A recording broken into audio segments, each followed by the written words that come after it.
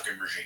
Yes. So when the Angolan regime fell, the South African apartheid regime fell, and that's why when Mandela was one of the few who wasn't killed, he was in prison. He was part of the same movement as Sankara and Lumumba, part of the same legacy. When Mandela was freed, he said, I want to thank three people. Fidel Castro, Yasser Arafat, and Muammar Gaddafi. So he thanked the Cubans, he thanked the Libyans, and the Palestinian struggle, which he saw as part of his own when he got out. So he was showing that he wasn't selling out. And he was designated as a terrorist up until 2008 when Obama took over by the U.S. government. So even when he was freed, when he got elected as president, when he visited the United States, they had to do like a temporary lifting of the terrorist designation. Yeah. Because the United States backed South Africa. South Africa was about to enter a nuclear program with the help of the Zionists. Yes, I remember that. I remember reading about that. His family made their fortunes in South Africa. He's a white South African.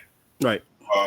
So they were very close to his family has ties with the Zionists, of course. Anybody successful in South Africa that's a white South African had ties with the Zionists at that time. So that's why he is tight with Netanyahu and all that. Yeah. Is this a sign of weakness that they can't come up with a strong propaganda to demonize Burkina Faso? Well, some of the propaganda I've seen is from, pathetic idiots that are puppets of the U.S. like Macron, who's so pathetic, like you can't tell that he was sucking up more to Biden or Trump. Like whoever's the U.S. president will suck up to them, right? The guy's totally pathetic. He has no independent foreign policy whatsoever. Right now, South Africa and Latin America are superior to France when it comes to foreign policy. And it's not me saying it, it's intellectuals that are respected worldwide like Jeffrey Sachs, who went to the Council of Europe. He went to the Council of Europe. He went to the Parliament of the EU. Yes. And told them to their faces, you do not have an independent foreign policy. I love it. You need one. Right. And, so Macron, who's part of, the subservience to the U.S., whatever the U.S. wants him to do, they'll do. He's saying that the Africans are incapable of being independent. You're incapable of being independent. That's the French arrogance, the French imperial hypocrisy that we're facing, brother. People like Macron, despicable. And he went against the French Constitution. He's trying to make himself the new Napoleon. Because the French Constitution says that when a coalition government is elected, gets the majority of the vote, you have to find somebody from that coalition to be your vice president. And his vice president is an unknown, who got 2% of the vote, who's like a small right-wing party.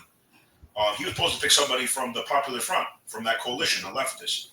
He's such a sellout that he just picked another right-winger, and the French were in uproar over it. He needs to be focusing on his own democracy and fighting for his own independence instead of meddling in Africa and saying that Africa's not ready for it. Give me a break. And all he wants to do is send French money to Ukraine, to the Nazis there, to please the United States. It's utterly ridiculous. He also likes to play opportunism on Palestine, right? He'll keep selling weapons to Israel. Yeah. But then they'll say, oh, no, I'm pro-Palestine, of course, when he's confronted. Yeah. The guy is a pathetic, opportunist coward, and I can't stand him. Macron's one of the worst leaders I can think of a country right now. And these other people that are trying to tell you that Troye he has cruel intentions and he's using gold to make his own wealth and to protect people. Troye is a hero. Yeah. To me, he's the new Lumumba, the new Sankara. And it's also, I don't know if it's the Swahili language, because I'm not a linguist, but one of the African languages, Burkina Faso, means